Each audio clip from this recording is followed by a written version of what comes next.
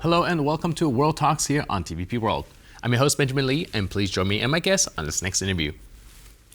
As humanity ventures beyond low Earth orbit once again, Artemis II marks a defining moment, sending astronauts farther from Earth than at any time since Apollo. Now, with rising competition from China, renewed focus on the moon, and questions about aging yet reliable technology, the mission signals both ambition and uncertainty in a new space race. Joining us today on TVP World to unpack this new era of exploration is Maciej Myśliwiec, founder of Space Agency, leading expert on space commercialization and innovation.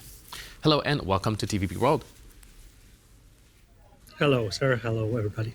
So can you help us understand how meaningful is reaching the farthest point from Earth since Apollo in today's space race? So we reached for the first time in 54 years, we reached the lunar orbit without, of course, entering this lunar orbit. Four people came there in Ariane spacecraft during Artemis II mission. It's a huge step, not the path of Apollo, but we recreated this path in 21st century in completely different technology which is created by US, but also by European Space Agency and other entities who are involved in this process. What makes this extraordinary is the fact that this is totally international event, something which didn't happen in our spaceflight history, something what's special for us, everyone in space sector, because we waited for this mission for very, very long. Right, and at this point, what's the real strategic or scientific case for returning humans to the moon now? So for now, we had a flyby by the moon, which was the first test of getting to the moon by humans in this century. But right now, there was supposed to be landing on Artemis III next year, but it's not going to happen because we don't have a lander ready. So we have to prepare the full project, the full program right now. So it's planned that at the end of next year, Artemis III will launch into the Earth orbit to test the maneuvers, test the lander, test everything what's necessary to land on the moon. And then within 2 or 3 years, at the end of the decade, probably the anniversary of 1969 landing of Neil Armstrong and Buzz Aldrin on Apollo 11, we will return to the moon. But it's not obvious that it's gonna be US or the international crew, because what's planned at the same time is that Chinese Space Agency is planning to be on the moon with taikonauts, Chinese astronauts, same at 2029. So the strategy has been changed recently because US together with Europe planned to build the gateway station in orbit of the moon, but right now they decided to cancel this program and focus on building the moon base, the permanent stay on the moon, which should happen within the next decade. What we expect will happen, but it's very difficult task, not only basing on logistic, but it's also on medical issues like fighting with the radiation, creating the new technology for protecting our astronauts. It's gonna take time to be sure that we can safely spend more than a couple of days on the moon. Right now, with international cooperation going on and Chinese on the rise, it does seem like the space race is on once again. One of the very interesting things that we've been observing is that the Artemis program rely on the RS-25 engine, which are decades old at this point. Do you think that this inspires confidence that something developed so long ago still works, or is it more of a concern that we are still relying on relatively old technology? I'm not the biggest fan of SLS rocket, unfortunately. This is because you already said this is the old project.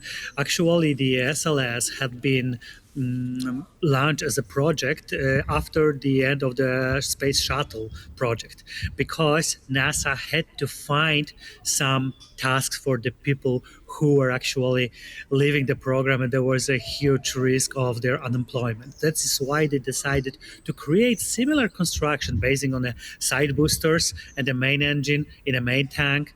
Actually, which you look for the SLS rocket, there's a huge resemblance to space shuttle launch, right? Because it's the same color, the same shape, but the top is different because we have a Orion space track, which is not reusable the way the shuttle was. So if it's confidence, it's working. It's been checked, but at the same time, we had many issues with the hydrogen. We had many issues with the leaks from the rocket. The first rocket had been rolled back to the vehicle assembly building.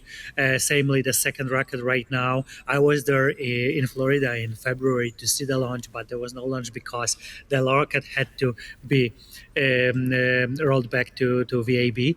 But the bigger problem, in my opinion, is the cost, because the full cost of Artemis mission right now oscillates between $2 to $4 billion. This is a huge money comparing, for example, to reusable rockets which are run by spaces like Falcon 9, for example. But for now, we don't have different rocket which is is able to reach lunar orbit. That is why we're using it.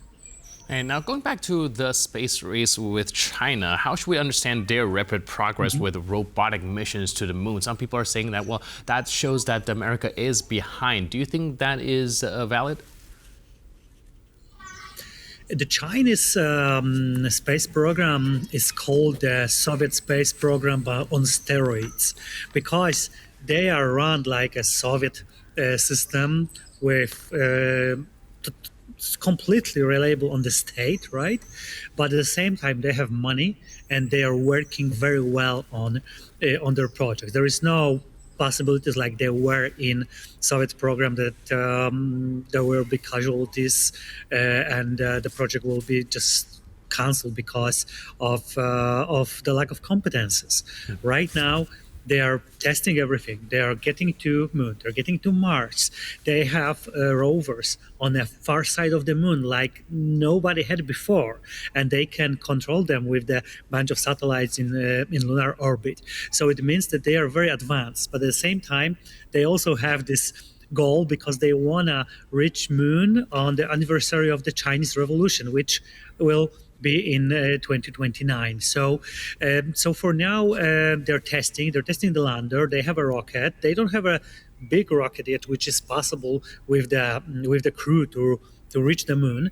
But at the same time, they're testing very fast, and they have their expertise, which their constructors gained in US. They were studying in US. They're studying in Europe. They cooperate with different entities from around the world. So that's why they're just rushing. And I think we'll have a new space race, but it's going to be a different one because it's not going to be based on the state the competition between Soviet and US, but it's going to be based on the commercial competition between the entities from China and the state of China and entities from US and Europe. So it's going to be much faster, and we will notice that each of them will just behind somebody else's back. So I think it's going to be very tense. Right, and very interesting as well, like you mentioned, this is a context in a new space race kind of context, not just between superpower anymore, but also a different system and different way of developing things. Very interesting days ahead, but in the meantime, thank you so much for your input and insight. Really appreciate it. Thank you very much. Cheers. See you. Bye. And thank you for tuning into this edition of World Talks. But for more news, update, and commentary, please stay tuned to TVP World.